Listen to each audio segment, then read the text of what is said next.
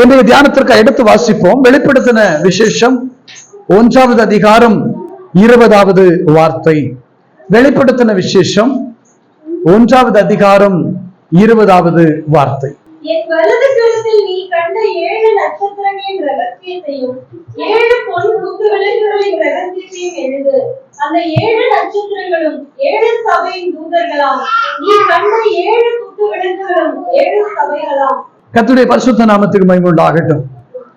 கிறிஸ்துவுக்குள் மிகவும் பிரியமான என் அன்பு தேவ பிள்ளைகளே, நான் மறுபடியும் உங்கள் எல்லாரையும் ஆண்டவரும் இரட்சகருமா இருக்கிற வரப்போகிற இயேசு கிறிஸ்துவின் நாமத்தினால உங்களை நான் வாழ்த்துகிறேன், வரவேற்கிறேன்.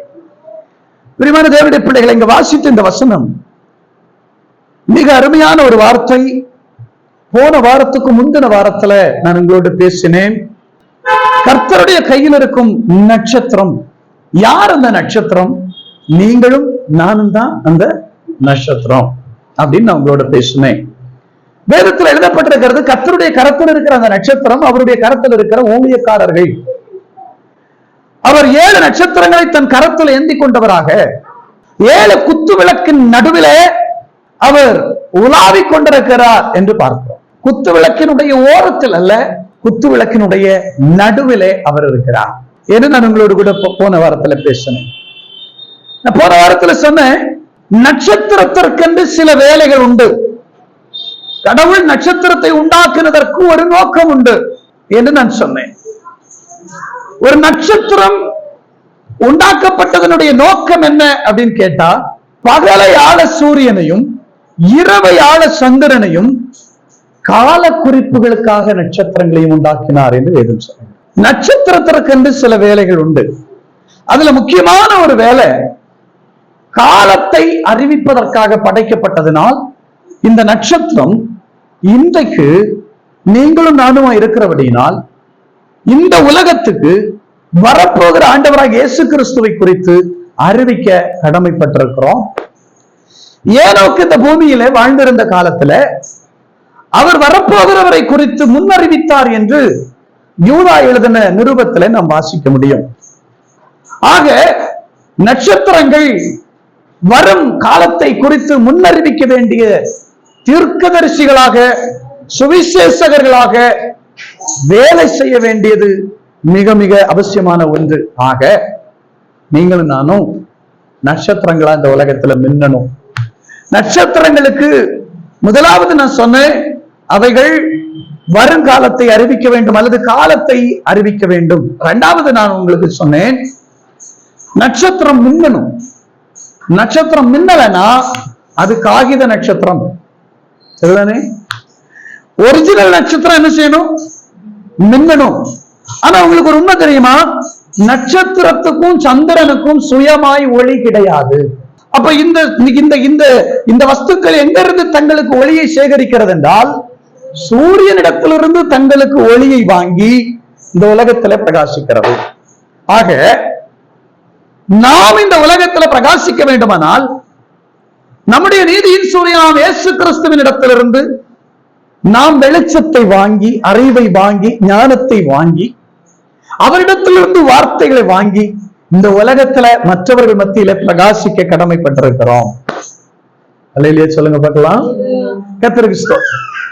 அடுத்து நான் உங்களுக்கு சொன்ன நட்சத்திரங்கள் பார்க்கிறதுக்கு தூரத்துல ஏதோ பிச்சு போட்ட மாதிரி அங்கங்க சிதறி கிடக்கிற மாதிரி இருக்கும்.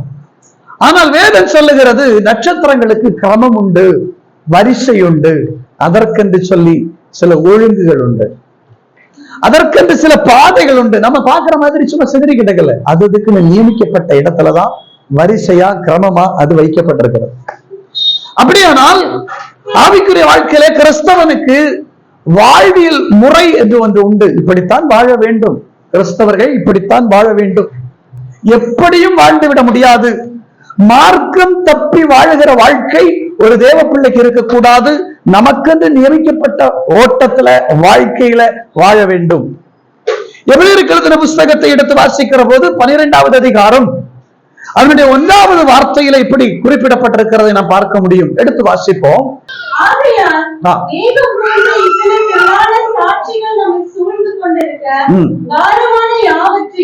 நம்மை சுற்றி நெருங்கி இருக்கிற பாவத்தையும் தள்ளிவிட்டு விசுவாசத்தை துவக்குகிறவரும் முடிக்கிறவருமாய் இருக்கிற இயேசுவை நோக்கி நமக்கு நியமித்திருக்கிற ஓட்டத்தில் பொறுமையோடு ஓடக்கடவோம். நமக்கு நியமிக்கப்பட்டிருக்கிற ஓட்டத்துல பொறுமையா என்ன செய்யணுமா?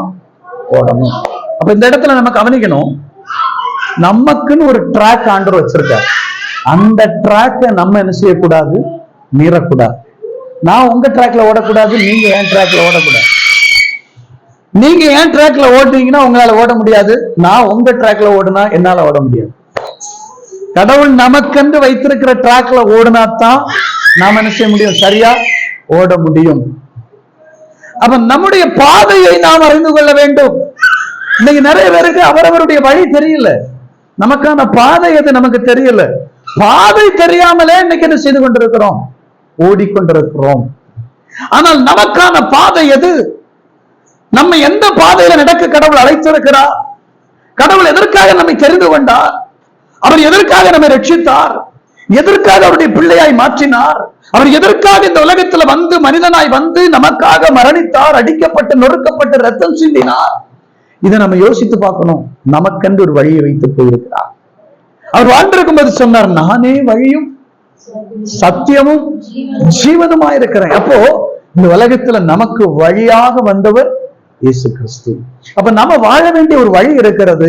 அது இயேசு கிறிஸ்து என்னும் வழியில வாழ வேண்டும், இயேசுவின் வழியில வாழ வேண்டும்.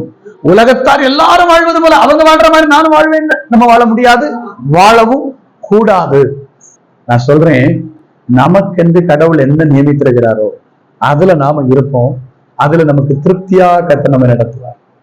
பிறரை பார்த்து, மற்றுள்ளவர்களை பார்த்து நம்ம வாழ்க்கையில நம்ம ஒரு நாளும் நம்ம என்ன செய்திடக்கூடாது? நம்ம ஓட்டத்தை ஓடிடக்கூடாது. நமக்குன்னு நியமிக்கப்பட்ட பாதையில, கடவுள் நமக்குன்னு வச்சிருக்கிற ஓட்டத்துல நம்ம ஓடணும். அப்படி ஓடினால் அந்த ஓட்டம் ஜெயமுள்ளதாய் முடியும். எந்த ஓட்டம் ஜெயத்துடன் முடியும், அந்த நாடு சுதந்தரிப்பேன். பொறுமையா நமக்குன்னு நியமிக்கப்பட்ட பாதையில ஓடுனா அந்த ஓட்டம் எப்படி முடியும்? ஜெயத்தோட முடியும்.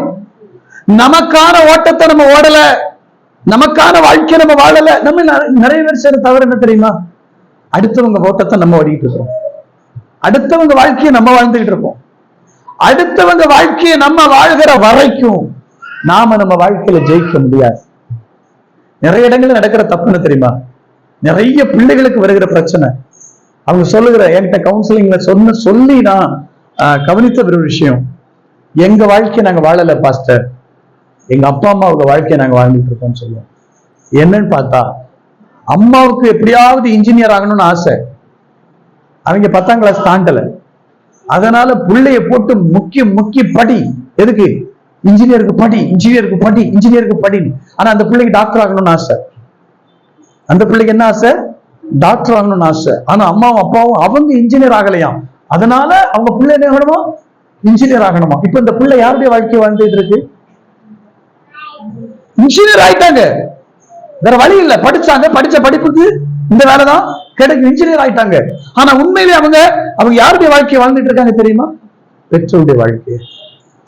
அவங்க வாழ்க்கை அவங்க வாழல, நமக்கான வாழ்க்கையை நம்ம வாழணும். சில இடங்களில் நடக்கிற தப்பு என்ன தெரியுமா? சில தாய் தகப்பன்மார், எனக்கு பிடிச்ச பொண்ணதான் நீ கட்டணும், நாங்க சொல்ற பயலத்தான் நீ கட்டணும் அப்படின்னு நிர்பந்திச்சு, இப்ப அவ யாரு கூட வாழ்ந்துட்டு இருக்கா? அந்த பொண்ணு அப்பா அம்மாவுக்கு பிடிச்ச பையனோட வாழ்ந்துட்டு இருக்கிறா. அதே மாதிரி அந்த பையன் யாரோட வாழ்ந்துட்டு இருக்கிறான்? அம்மா அப்பாவுக்கு குடும்பத்துக்கும் பிடிச்ச பொண்ணை கட்டிட்டு வாழ்ந்துட்டு இருக்கிறான். யாரோ ஒருத்தருக்காக வாழ்கிற வாழ்க்கை அது நல்ல அமைதி உள்ள ஒரு வாழ்க்கையாய் இருக்காது. அப்ப நாம நமக்கான ஓட்டத்தை நம்ம ஓடணும்.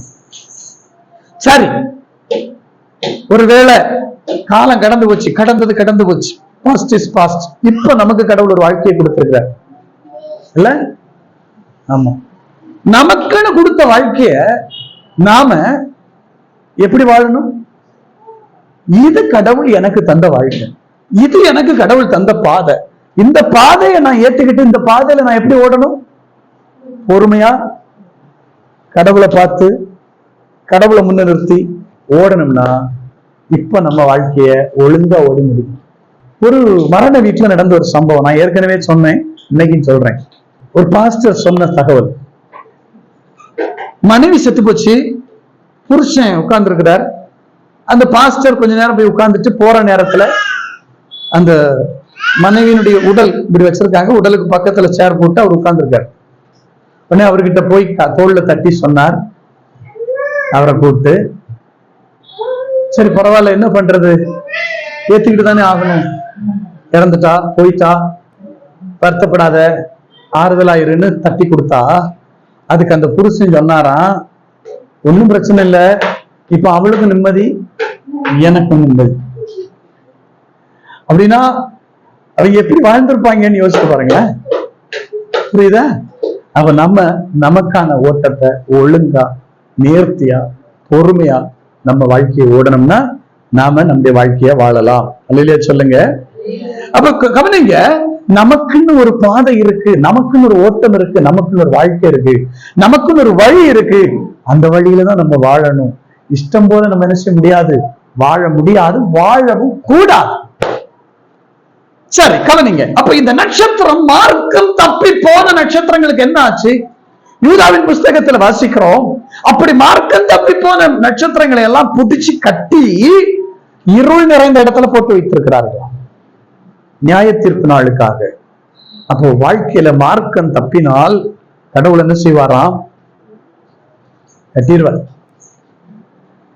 இருளுக்குள்ள தூக்கி போட்டுருவார். அப்ப நல்லா கவனிங்க, நாம நம்முடைய மார்க்கத்துல நம்முடைய வழியில பொறுமையா ஓடணும். சரி, நமக்கு ஒரு வழி கிடைச்சிருச்சு, நமக்கு ஒரு பாதையை காட்டிட்டார், ஒரே ஓட்டமா ஓடி போய் பண்ணிடலாமா? அப்படின்னு பண்ண முடியாது. நமக்குன்னு நியமிக்கப்பட்ட பாதையில எப்படிதான் ஓடணும்? பொறுமையா ஓடணும். சொல்லுங்க, எப்படி ஓடணும்? பொறுமையா ஓடணும். நம்ம இங்க யாரையும் முந்துவதற்காக ஓடல, நம்ம நமக்காக நியமிக்கப்பட்ட, நமக்காக வைக்கப்பட்டிருக்கிற விருதை அடைய வேண்டும் என்று ஓடணும். இன்னைக்கு நம்ம போட்டிக்காக உலகத்துல ஓடிக்கிட்டு இருக்கிறோம். பக்கத்து வீட்டுக்காரனை விட ஒருபடி மேல வாழணும்னு ஓடிக்கிட்டு இருக்கிறோம். இல்ல, அவங்க ஒரு பைக் வச்சிருந்தா நம்ம 2 பைக் வச்சிருக்கணும்னு ஓடுறோம். இல்ல, அவங்க வீட்டுல ஒரு டாக் இருந்தா நம்ம வீட்டுல 2 டாக் இருக்கணுமா? எப்படி ஓடிக்கிட்டு இருக்கிறோம் பாருங்களேன். பிறனுடைய காரியங்களை பார்த்து அவனை விட அவனிலிருந்து எனக்கு என்ன இருக்கணும்? உயர்வா எல்லாம் இருக்கணும்னு நினைக்கிறேன். உயர்வா இருக்கணும்னு நினைக்கிறது தப்பு இல்லை, ஆனா அவனை விட உயர்வா இருக்கணும்னு நினைக்கிறதுலதான். அப்ப நமக்குன்னு நியமிக்கப்பட்ட பாதையில நம்ம எப்படி ஓடணும்? பொறுமையா ஓடிக்கிட்டே இருப்போம். நம்முடைய லக்கு, நம்முடைய லட்சியம், நம்முடைய பார்வையெல்லாம் ஒன்னே ஒண்ணுதாங்க. நமக்காக ஒரு விருது வைக்கப்பட்டிருக்கிறது, ஒரு அவார்டு வைக்கப்பட்டிருக்கிறது. இயேசு கிறிஸ்து என்னும் அந்த அவார்டை நாம் பெற்றுக்கொள்ளணும்னு ஓடுவோம். ஓடினால் பெற்றுக்கொள்வோம். ஆமென் சொல்லுங்க. சரி, நான் முக்கியமா இன்னைய பிரசங்கத்துக்குள்ள வர்றேன். இது எல்லாம் நான் இவ்வளவு நேரம் நான் பேசுனது போன வாரத்துக்கு முந்தின வாரம் நான் பேசின செய்தியின் தொகுப்பு. இன்னைக்கு தொடர்ந்து நாம் அதனுடைய ஒரு சில காரியங்களை தியானிச்சு செபிக்கலாம். கர்த்தருடைய விஷயம் அப்போ வாசிக்க கேட்டோம். வெளிப்படுத்தின விசேஷம் 1:20 தேவன் அவருடைய கையில 7 நட்சத்திரங்களை வைத்திருக்கிறார். அந்த 7 நட்சத்திரங்களை எடுத்துக்கொண்டு 7 குத்து விளக்கினுடைய நடுவில் நின்று கொண்டிருக்கிறார். 7 குத்து விளக்குகளும் 7 சபைகளாம், 7 நட்சத்திரங்களும் 7 தூதர்களாம். இந்த தூதர்கள் என்று சொல்லுகிறது ஊழியக்காரர்களை காட்டுகிறது. கர்த்தருக்கு ஸ்தோத்திரம். என்ன கவனிங்க, கர்த்தருடைய கையில் இருக்கிற நட்சத்திரம் என்கிற தலைப்புல தான் நான் பேசிட்டு இருக்கிறேன். இன்னைக்கு நாம கர்த்தருடைய கையில இருந்தா, நான் ஏன் கர்த்தருடைய கையில இருக்கணும்?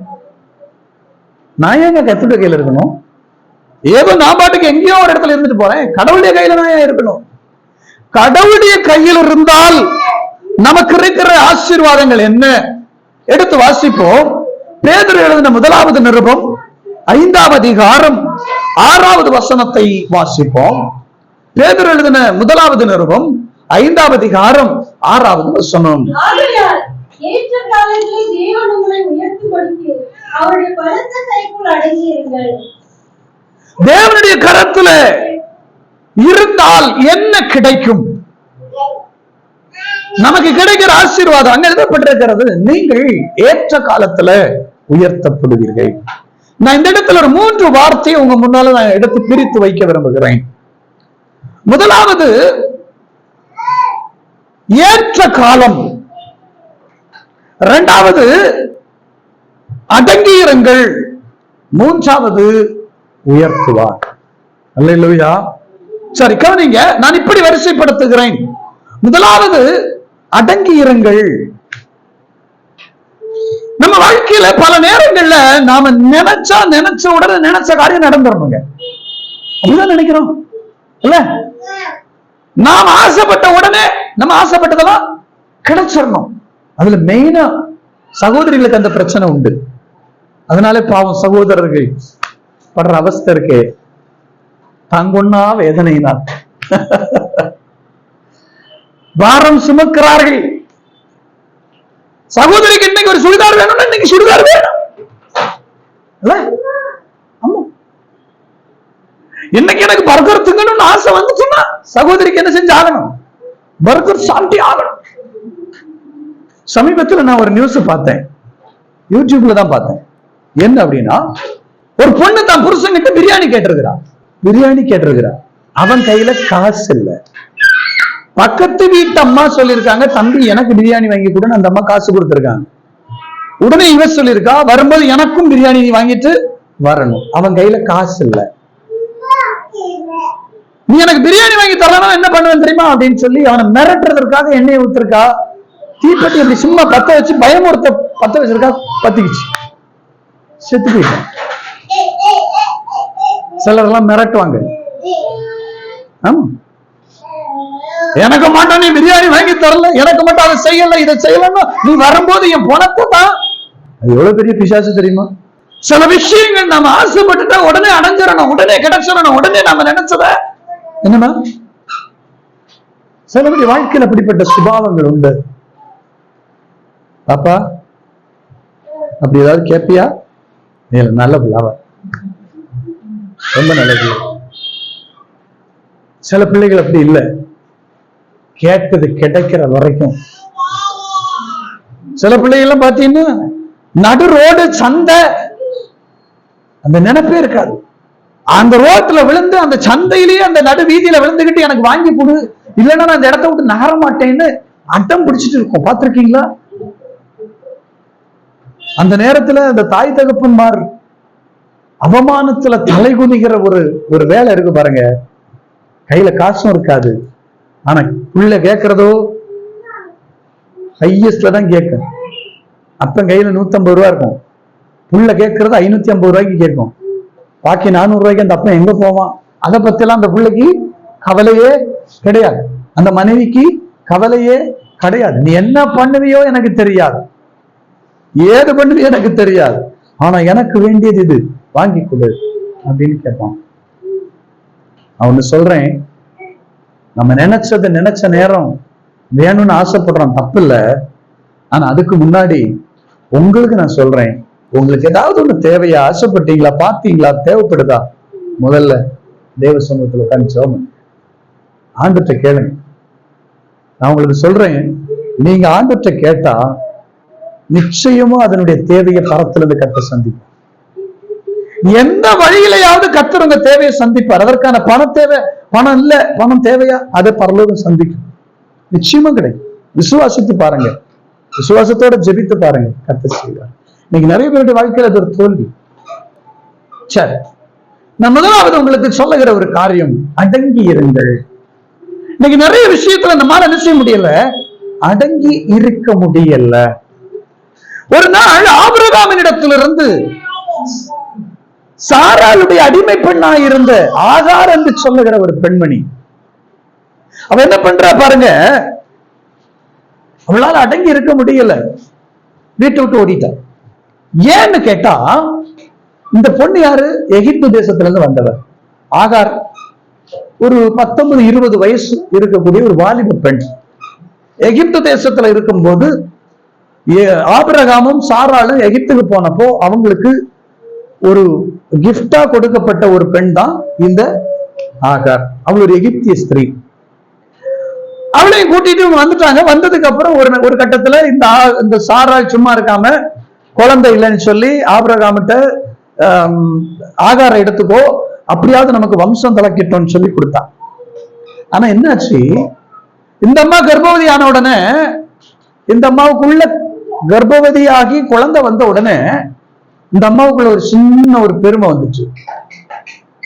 இனி இந்த கிழவி என்ன பண்ண போறதில்ல, யாரு சாரா கிழவி குழந்தை பெற போறதில்லை.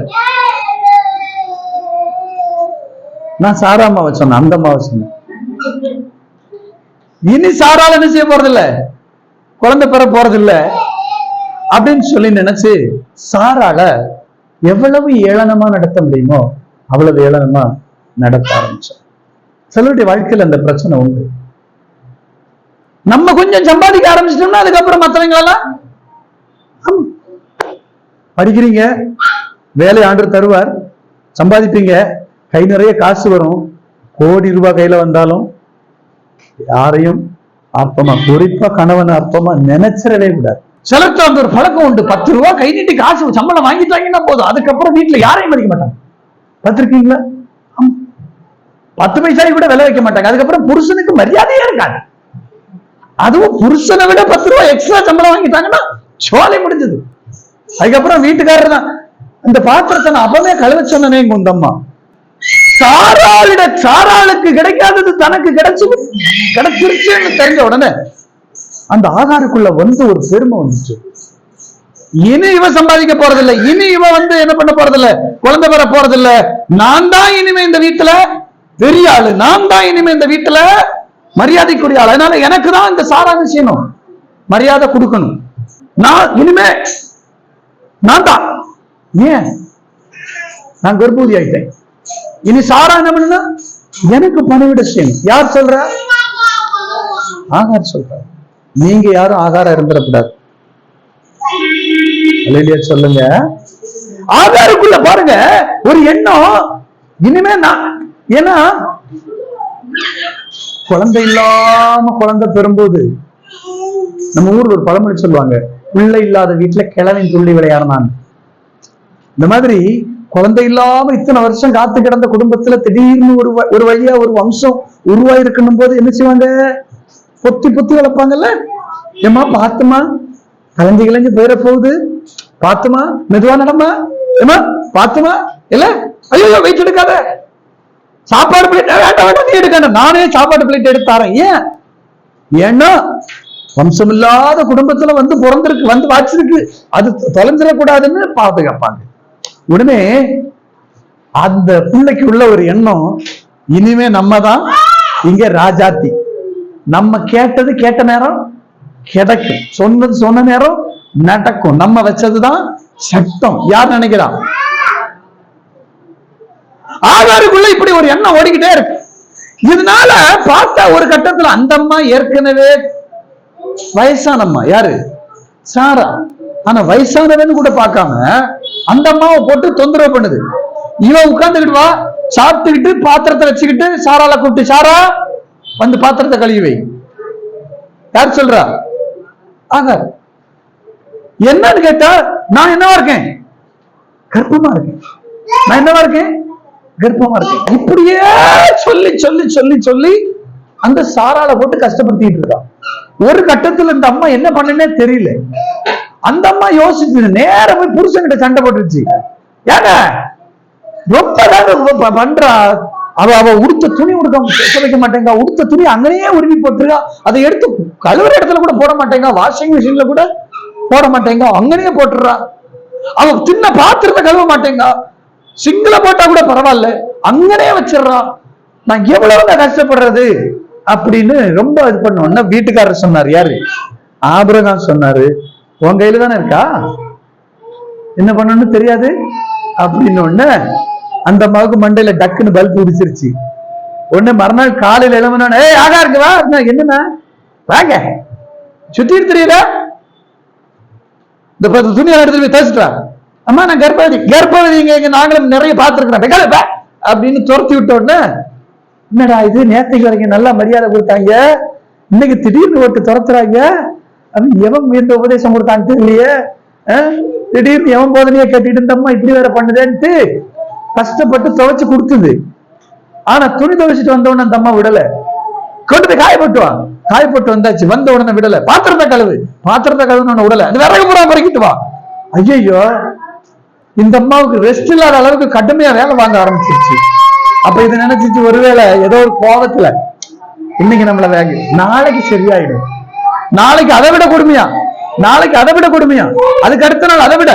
இப்போ ஆகாரால தாங்க முடியல. ஆரம்பத்திலே ஒழுங்கா இருந்திருக்கலாம்ல இல்ல?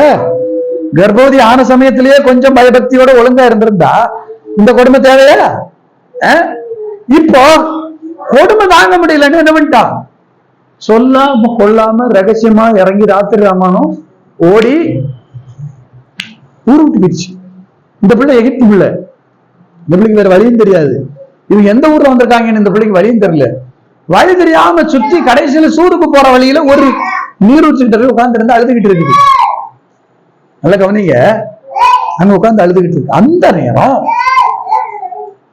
ஆண்டவர் ஆகிய கிறிஸ்து அங்க வந்தார். யார் வந்தா? ஏங்க, ஆபிரகாம் காலத்துல ஏதுங்க இயேசு கிறிஸ்து? இயேசு கிறிஸ்துக்கும் ஆபிரகாம் காலத்துக்கு ஏதாவது சம்பந்தம் உண்டா? உண்டா? படிச்சிருக்கீங்களா? எடுத்து வாசிங்க. ஆதியாகமம் புஸ்தகம் 16ஆம் அதிகாரம் 9வது வசனத்தை வாசிப்போம். அந்த இடத்தை கவனிங்க. அப்பொழுது கர்த்தருடைய தூதனானவர், என்ன இருக்கு? கர்த்தருடைய தூதனானவர் என்று பழைய ஏற்பாட்டுல எங்கெல்லாம் வருதோ அது யாருன்னா ஆண்டவராகிய இயேசு கிறிஸ்து. அன்னைக்கு ஆகாரம் தேடி வந்த அதே இயேசு கிறிஸ்து இன்னைக்கு அதுபோல வேதனையோடு கண்ணீரோடு கவலையோடு இருக்கிற உங்களை தேடியும் அதே இயேசு கிறிஸ்து வந்திருக்கு. என்ன கவனிங்க, ஆகார் உட்கார்ந்து அழுதுகிட்டு இருக்கிறான். இனி நான் எங்க போவேன்? கர்ப்பவதியா வேற இருக்கிறேன், என்ன செய்வேன் தெரியல. அழுதுகிட்டு இருக்கிற போது கர்த்தருடைய தூதனானவர், அதாவது இயேசு கிறிஸ்து அங்கே வெளிப்பட்டார். வெளிப்பட்டு அவள்கிட்ட பேசுறார். வாசிக்க.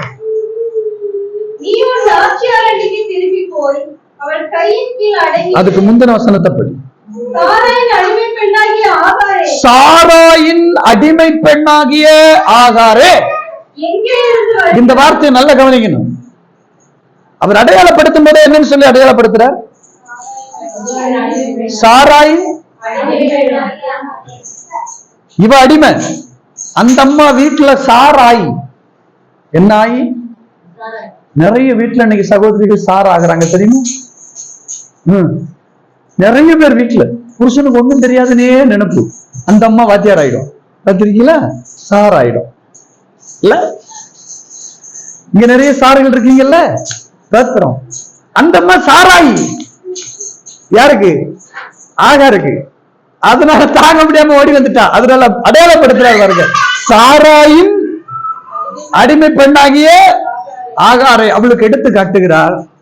ஏமா, நீ பாட்டுக்கு கோவிச்சுட்டு ஓடி வந்துட்டியே, நீ யாரு? அடிமை. நம்ம பல நேரங்களில் நம்ம நினைக்கிறோம், நான் பெரிய ஆள் ஆயிட்டேன், நான் தனியா, நான் எனக்கு எல்லாம் முடியும், எனக்கு எல்லாம் திறமை இருக்கு, நானும் ஒரு ஆளுதான். ஆகார் அப்படிதான் நினைச்சிட்டு ஓடி போயிட்டா. ஆனா போன இடத்துலதான் புரிஞ்சுது. எப்ப புரிஞ்சிச்சு தெரியுமா? ஆகார் நினைச்சா என்னால எல்லாம் முடியும், இங்க மட்டும்தான் என்னால வாழ முடியுமா, இதை விட்டு வெளியில போனா என்னாலையும் வாழ முடியும்.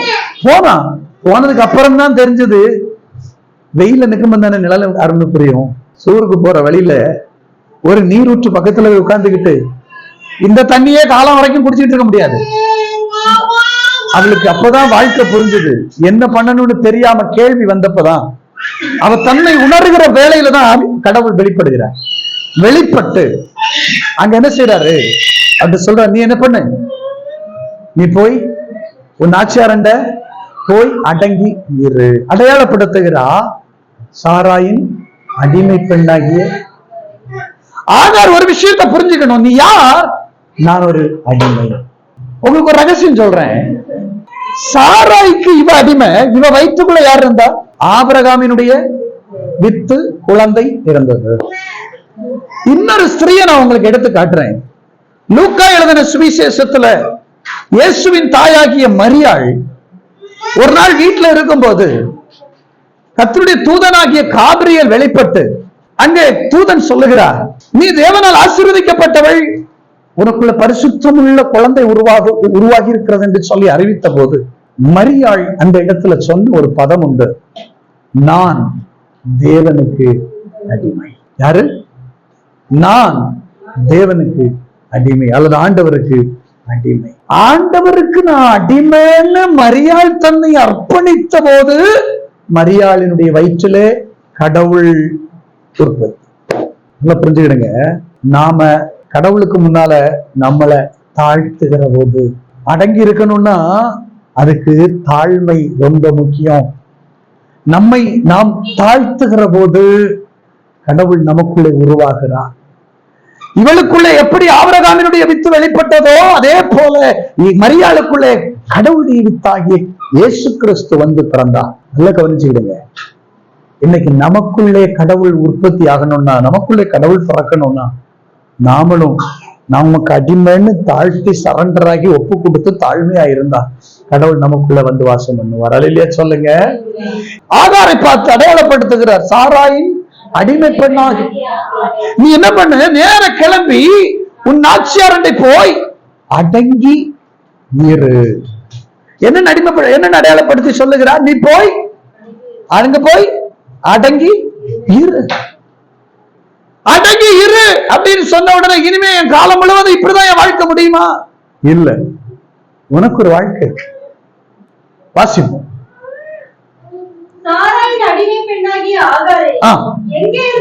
நீ எங்க இருந்து வர்ற, எங்க போற? அதுக்கு அவ ஏதாவது பதில் சொன்னாளா? அவ்வளவுதான் தெரிஞ்சது. எங்க இருந்து வாரேன், எங்க போறேன்னு பதிலு தெரியல. எங்க இருந்து வாரேன்னு தெரிஞ்சிருக்கு, எங்க போறேன்னு தெரியல. உலகத்துல நம்மள அநேகருக்கு எங்க இருந்து வந்தோம்னு தெரியும், எங்க போவோம்னு தெரியாமதான் வாழ்ந்துட்டு இருக்கிறோம். இந்த அம்மா அப்படித்தான். அதுக்கு ஆண்டவர் சொல்றார், வாசிப்போம். உன் நாச்சியாரண்டை திரும்பி போய் அவ கையின் கீழ், சரி கீழே.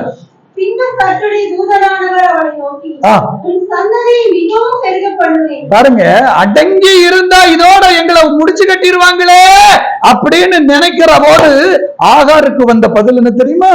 நீ முடிஞ்சு போக மாட்டமா, உன் சந்ததியை பெருக பண்ணுவேன். அடங்கி போனதுனால, தாழ்ந்து போனதுனால நம்ம கெட்டு போக மாட்டோம். கொஞ்சம் விட்டு கொடுத்ததுனால நம்ம கெட்டு போக மாட்டோம். வீட்டுக்குள்ள சில நேரத்துல நமக்குள்ள ஈகோன்ற ஒரு விஷயம் ஓடிக்கிட்டு இருக்கும், பார்த்திருக்கீங்களா? இந்த ஈகோவை பார்த்து யூகோன்னு சொல்லுங்க, வீடு நல்லா இருக்கும். நாம ஈகோவை பார்த்து யூ கம்முன்னு சொன்னோம்னா சோலை பிடிச்சது. ஈகோவுக்கு பதில் சொல்ல வேண்டியது எப்படி? யூகோன்னு சொல்லணும். சொல்லி பாருங்க, உங்க குடும்பம் நல்லா இருக்கும். இன்னைக்கு நிறைய குடும்பம் கெட்டு போனதுக்கு காரணம் ஈகோ. நான் படிச்சிருக்கிற படிப்புக்கு, நான் சம்பாதிக்கிற சம்பாத்தியத்துக்கு நான் இறங்கி போகணுமா, நான் தாழ்ந்து போனோமா? கொஞ்சம் தாழ்ந்து போனதுனால என்ன செய்ய மாட்டோம், கெட்டு போக மாட்டோம். விட்டு கொடுத்ததுனால கெட்டு போக மாட்டோம், தாழ்ந்து போவோம். அதுலயும் மூத்தவர்களுக்கு இளையவர்கள் கண்டிப்பா தாழ்ந்து போகணும். புரியுதமா? புரியுதா? மூத்தவர்களுக்கு இளையவர்கள் தாழ்ந்து போகணும். இந்த தாழ்ந்து போகிறது, அடங்கி இருக்கிற அனுபவம் தானே முடிய மாட்டேங்குது.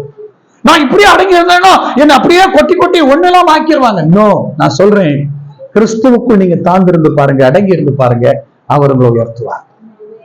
அதற்கு சொன்ன சந்ததி என்ன செய்வேன், நான் பெருக பண்ணுவேன். அடுத்து அது பெருகி எண்ணி முடியாததா இருக்கும் என்றார்.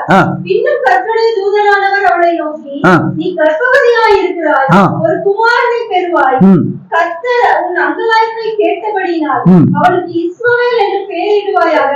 பாருங்க, கடவுள் அடங்கி இருக்க சொன்னதோட சும்மா விடல. அடங்கி இரு, உன் தலைமுறைய, உன் சந்ததிய நான் பெருக பண்ணுவேன். இன்னைக்கு நம்முடைய தலைமுறைகள் ஆசீர்வதிக்கப்படணுமா? நாம கடவுளுக்குள்ள, வசனத்துக்குள்ள, சத்தியத்துக்குள்ள அடங்கி இருந்துட்டோம்னா ஏற்ற வேலை வரும், உயர்த்துவா. காலம் உண்டு. இரண்டாவது நான் உங்ககிட்ட சொன்னேன், ஒண்ணு பேதுரு எழுதின புஸ்தகத்துல நாம வாசித்தபடி, ஒன்று நாம் அடங்கி இருக்க வேண்டும். இரண்டாவது நாம் உயர்த்தப்படுவதற்கு ஒரு ஏற்ற காலம் உண்டு. எல்லாத்துக்கும் ஒரு காலம் உண்டுங்க. இன்னைக்கு நான் இப்படி இருக்கேன், இன்னைக்கு நீங்க இப்படி இருக்கலாம், ஆனா நீங்க உயர்த்தப்படுவதற்கு ஒரு காலம் உண்டு. உங்க தலைமுறைகள் ஆசீர்வதிக்கப்படுவதற்கு ஒரு காலம் உண்டு. கடவுள் எல்லாத்துக்கும் ஒரு காலம் வைத்திருக்கிறார், ஒரு நேரத்தை வைத்திருக்கிறார். சகலத்தையும் அதினத்தின் காலங்களில் நேர்த்தியாய் செய்திருக்கிறார் என்று வேதம் சொல்லுகிறது. இப்ப நல்லா புரிஞ்சுக்கோங்க, நீங்க உங்களுக்கான ஒரு காலம் கர்த்தர் வைத்திருக்கிறார். நீங்க நினைக்கலாம், கடவுளுக்கு கண் இல்லையா, மூக்கு இல்லையா? நிறைய பேர் கேட்கிற கேள்வி. அவருக்கு கண்ணும் உண்டு, மூக்கும் உண்டு, உயிரும் உண்டு, எல்லாம் உண்டு. அப்ப ஏன் எங்க வாழ்க்கையில அற்புதம் செய்யல? உங்க வாழ்க்கையில அற்புதம் செய்ய அவருக்கான ஒரு ஏற்ற வேலை. உங்களுக்கு தெரியும், கானா ஊர்ல ஒரு கல்யாணம் நடந்துச்சு. கல்யாண வீட்டுல 7 நாள் கல்யாணம். பொதுவா யூதர்களுடைய கல்யாணம் 7 நாள் விருந்து நடக்கும். 3ஆவது நாள் விருந்து அன்னைக்கு என்ன நடந்து போச்சுன்னா, ரசம் தீர்ந்து போச்சு. ரசம் தீர்ந்த உடனே இயேசுவின் தாயாகிய மரியாதை என்ன பண்றாங்க, நேர இயேசுகிட்ட போய் சொல்றாங்க, ரசம் தீர்ந்து போச்சு. உடனே இயேசு என்ன சொன்னார் தெரியுமா? ஸ்திரீயே, உனக்கு எனக்கு என்ன, என் வேலை இன்னும். அப்ப கடவுள் அற்புதம் செய்யணும்னா அவருக்கு ஒரு வேலை உண்டு. அற்புதத்துக்கு குறைவில்லை, அவர் அற்புதம் செய்ய முடியாம இல்ல. அப்ப ஏன் வாழ்க்கையில ஏன் இவ்வளவு நாள் அற்புதம் செய்யல? நாங்க எவ்வளவோ ஜெபிக்கிறோமே, எவ்வளவோ கொடுக்கிறோமே, எவ்வளவோ பொருத்தனை பண்றோமே, எவ்வளவோ நாங்க அது பண்றோம் இது பண்றோம், ஆலயத்துக்கு போறோம், எல்லாம் பண்றோம், பக்தியோட தானே இருக்கிறோம். ஏன் எங்க வாழ்க்கையில அற்புதம் நடக்கல? ஏற்ற காலம். அவர் அற்புதம் செய்வதற்கு ஒரு காலம் உண்டு. அந்த காலத்துல செய்யணும்னு கர்த்தர் தீர்மானித்திருக்கிறார். அவர் செய்வார். நம்புறீங்களா? அப்ப ஆண்டவர் அற்புதம் செய்ய அதற்கு ஒரு ஏற்ற காலம் உண்டு. அந்த காலம் வரும் வரைக்கும் அமைதியா இருங்க, அவசரப்படாதீங்க, பொறுமையா இருங்க. கர்த்தர் ஏற்ற காலத்துல செய்யும். இன்னைக்கு பிள்ளைகளுக்கெல்லாம் கற்றுக் கொடுக்க வேண்டிய ஒரு பெரிய பாடமா இருக்கு.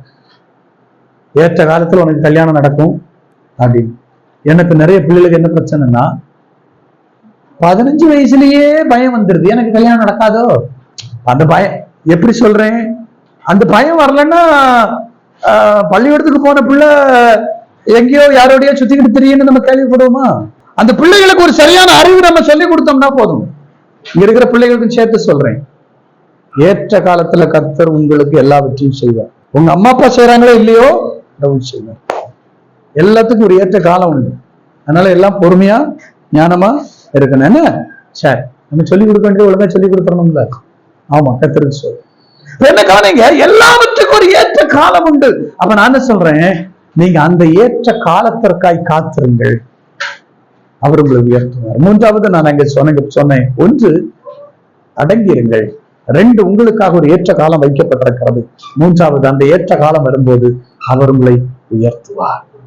அவர்களை உயர்த்தும்படி அவருடைய பலத்த கரத்துக்குள்ள 1 சொல்றேன், உங்களை உறுதிப்படுத்த சொல்றேன். நீங்க தேவனுடைய கரத்தை சாதாரணமா நினைக்காதீங்க. கர்த்தருடைய கரத்துல இருந்தா, கர்த்தருடைய கரம் உறுதி உள்ளது. அவர் கைக்குள்ள இருந்தா வேதம் சொல்லுகிறது, அவருடைய கரத்தில் இருக்கிற உங்களை ஒருவனும் பறித்துக் கொள்ள முடியாது, யாராலையும் உங்களை எடுத்துப்பட முடியாது. ஏன்னா நீங்க இருக்கிறது எங்க, அவருடைய கரத்துக்குள்ள. அந்த நம்பிக்கையில இருங்க. வண்டி ஓட்டும் போது நான் வண்டி ஓட்டிட்டு போறேன் இல்ல, அவர் கையில இருக்கேன், அவர் கொண்டு வரார், அப்படி நம்புங்க. புரியுதா?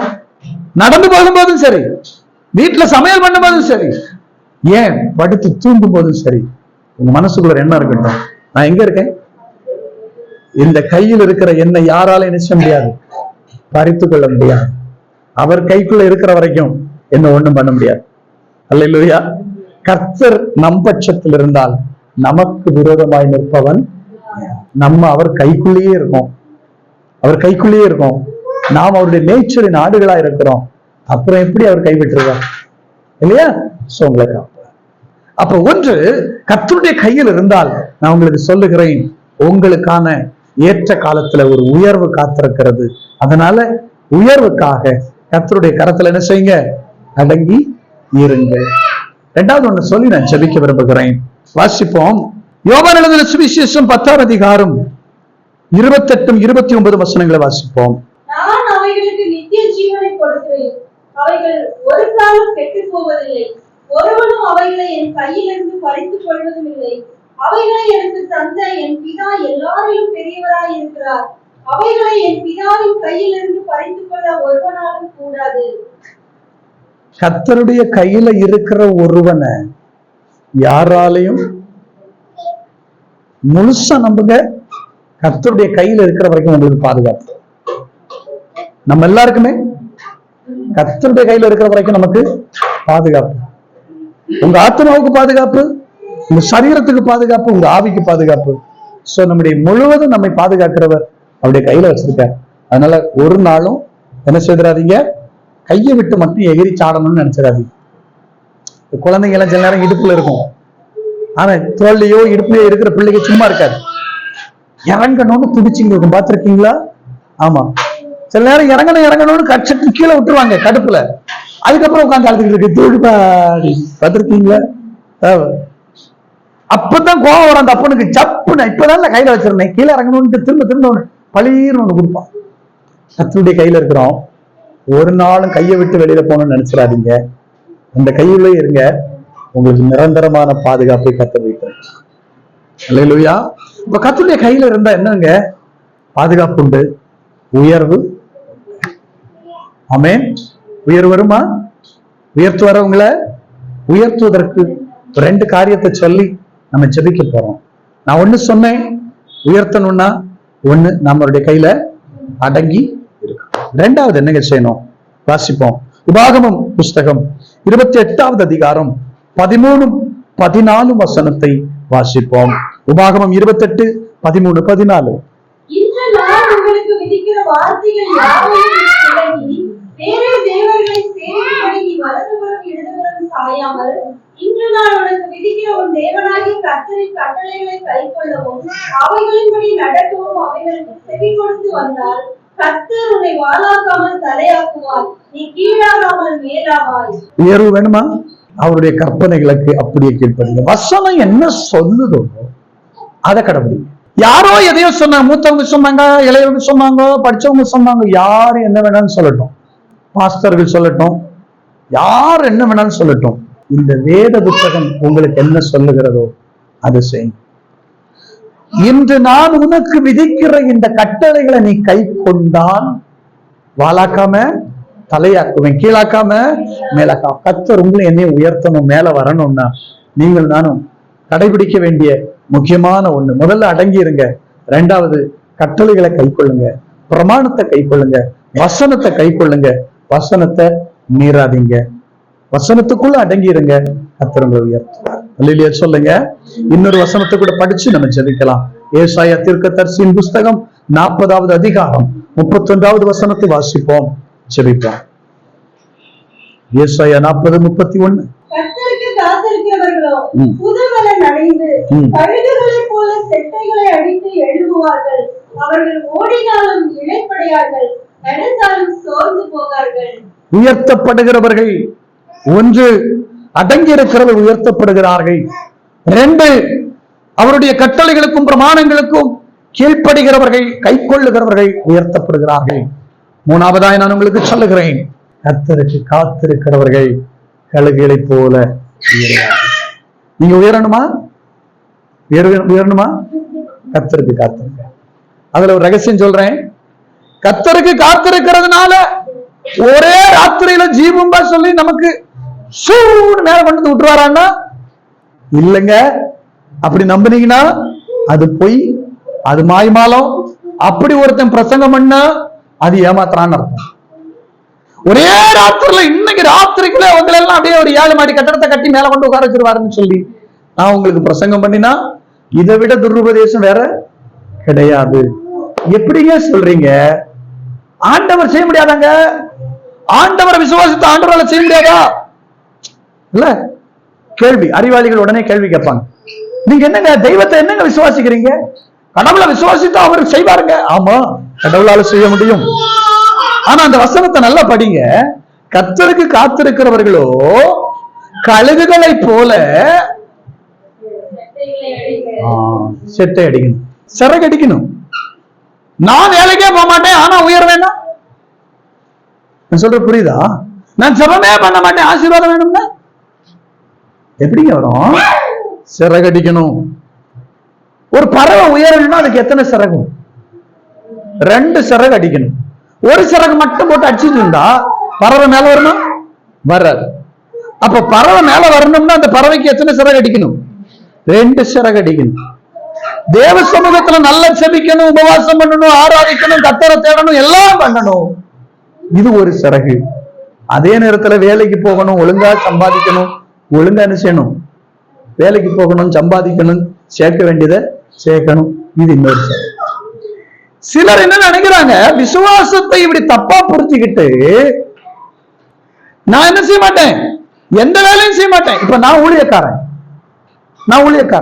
வேலை செய்யணும், உட்கார்ந்து இங்க இருக்கிறதெல்லாம் தேடணும், ஆராயணும், அதை உட்கார்ந்து தேடி கண்டுபிடிச்சு அதுக்குள்ள என்ன இருக்கு, உங்களுக்கு இன்னைக்கு என்ன கொடுக்கணும், உங்களுக்கு என்ன தேவை, இதை நான் இங்க தேடணும். அது என் வேலை. உங்களுக்காக நான் ஜெபிக்கணும். எனக்காக மட்டும் உட்கார்ந்து கர்த்தாவே என்னை ஆசீர்வதின்னு ஜெபிச்சு இருந்தா ஆசீர்வதிக்க மாட்டார். நான் ஆசீர்வதிக்கப்படணும்னா என்கிட்ட வருகிறவர்கள் ஆசீர்வாதமா இருக்கணும்னு நான் என்ன செய்யணும், உங்களுக்காக நான் ஜெபிக்கணும். அது என் வேலை. அப்ப என் வேலையை நான் செய்யணும், எனக்காகவும் நான் என்ன செய்யணும், ஜெபிக்கணும். அதே மாதிரி நீங்களும் உங்க வேலைகளையும் செய்யணும். நான் செய்ய வேண்டிய வேலையை செய்ய மாட்டேன்,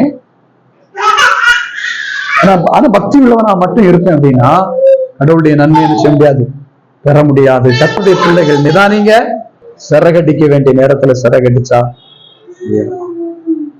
சிறகே அடிக்காம உயரணும்னு ஆசைப்பட்டீங்கன்னா அதுக்கு 2ஆம் நம்பர் பிசினஸ் எல்லாம் பண்ணணும். இன்னைக்கு நிறைய பேர் 2ஆம் நம்பர் பிசினஸ்ல உயர்ந்துடலான்னு திடீர் பணக்காரன் ஆகிறதுக்காக பல பாடுபடுறாங்க, ஆனா முடிய மாட்டேங்குது.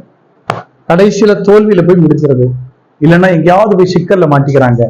நான் உங்களுக்கு சொல்றேன், கர்த்தர் உங்களுக்கு சிறகடிக்க பலனை தருவார். உங்க சிறகடிக்கிறதுக்கு கர்த்தர் உங்களுக்கு பலனை தருவார். நல்லா ஜெபம் பண்ணுங்க, நல்ல வேலைக்கு போங்க, நல்லா ஜெபம் பண்ணுங்க, நல்லா சாப்பிடுங்க. அப்ப நான் சொல்றத நல்லா நிதானமா புரிஞ்சுக்கிடுங்க. சிறகடிக்க மறக்கக்கூடாது. சிறகடிக்காம உயரணும்னு நினைக்கவும். அடுத்து சிறகடிக்கிறதுல இருக்கிற இன்னொரு விஷயத்த நான் உங்களுக்கு சொல்றேன். சிறகு ஒரே சிறகுல மேல பெற முடியாது. ஒவ்வொரு முயற்சியில தான் இல்லையே சொல்லுங்களேன். இந்த சிறகு அடிக்கும் போது பறவைக்கு நிறைய பிரச்சனை இருக்கு. எதிர்காற்று வரும், அதை இன்னொரு பக்கமா இழுக்கும்.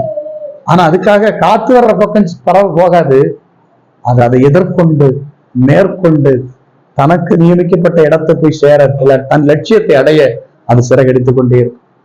ஆழ்கிற வாழ்க்கையில நீங்க உயரணும், உங்களுக்குன்னு ஒரு இடம் வைக்கப்பட்டிருக்கு, அந்த லட்சியத்தை நீங்க அடையணும் அப்படின்னா சோர்வுகள் வரும், எதிர்காற்று வீசும், சில போராட்டங்கள் வரும், சில பிரச்சனைகள் வரும் உங்களை தேடி. அப்ப பயந்துடாதீங்க, காத்து போற பக்கமா போகணும்னு நினைச்சு போயிடாதீங்க. ஏதோ 2 நாளா ஜெபம் பண்ணாம அப்படியே சரின்னு என்னத்தை ஜெபிச்சு கண்டேன்னு விட்டுறாதீங்க. சோர்வு வந்தாலும் பரவாயில்ல, சிறகடிக்கிறத மட்டும் விட்டுறாதீங்க. பைபிள் படிக்கிறத விட்டுறாதீங்க, ஜெபம் பண்றதை விட்டுறாதீங்க, ஆண்டவரை தேடுறதை விட்டுறாதீங்க, கர்த்தரை ஆராதிப்பதையும் விட்டுறாதீங்க. முறையா பண்ணுங்க, கர்த்தர் ஏற்ற வேளையில உங்களை உயர்த்துவா. அல்லேலூயா சொல்லுங்க. கண்களை மூடுவோமா? அவருடைய கரத்தில் இருக்கிற நட்சத்திரம் பாதுகாப்பா இருக்கும். அவருடைய கரத்தில் இருக்கிற நட்சத்திரம் உயர்த்தப்படும். நீங்கள் நானும் கர்த்தருடைய கரத்தில் இருக்க நீங்க ஒப்பு கொடுப்போமா? தகப்பனே, எங்களை உங்க கைகள்ல ஏந்தி கொள்ளுங்கப்பா. அப்பா, நாங்க எந்த காரணத்தை கொண்டு உறவுகளுக்காக, சொந்த பந்தங்களுக்காக, சாதி சனத்துக்காக, ஊர் உறவுக்காக ஆண்டவரே நாங்கள் உங்க கையை விட்டு நாங்க விலகிடக்கூடாதுப்பா. உங்க கையை விட்டு நாங்க போயிடக்கூடாது. உங்களுடைய கைக்குள்ள நாங்க பாதுகாக்கப்படணும். எல்லாரும் கேளுங்க, உங்களுடைய கைக்குள்ள எங்களை பாதுகாத்துக் கொள்ளுங்க. அவர் தம்முடைய கையை விட்டு உங்களை தள்ளா. யோவான் 10 நம்ம படிச்சோம் இல்லையா, 28, 29 அவ்விதமாய் அவர் தம்முடைய கைக்குள்ள நம்மை பாதுகாப்பார். கர்த்தருடைய கையில் இருக்கிறவங்களுக்கு ஏற்ற காலத்துல உயர்வு உண்டு, அடங்கிருங்க. ஏற்ற காலத்துல உயர்வு உண்டு. அவருடைய கட்டளைகளுக்கும் கற்பனைகளுக்கும் அவருடைய பிரமாணங்களுக்கும் கீழ்ப்படிங்க. ஏற்ற காலத்துல உயர்வு உண்டு. கர்த்தருக்கு காத்திருங்க. யாரோ ஒரு மனுஷன் சொல்லி இருக்கான், ஏதோ ஒரு எஜமான் சொல்லி இருக்கான், ஏதோ ஒரு சொந்தக்காரன் சொல்லி இருக்கான், உயர்வு வரும். கர்த்தருக்கு காத்திருங்க. அவர் உங்களை உயர்த்துகிறவர். மனிதர்கள் உங்களை தாழ்த்த நினைக்கும் போது கர்த்தர் உங்களை உயர்த்துகிறவர். அவர் உங்களை ஒரு நாளும் தாழ்ந்து போக விடமாட்டார். கண்களை மூடி ஒப்புக்கொடுங்க. இன்னைக்கு கர்த்தர் உங்களை அவருடைய கையில சுமந்து கொண்டிருக்கிறார்.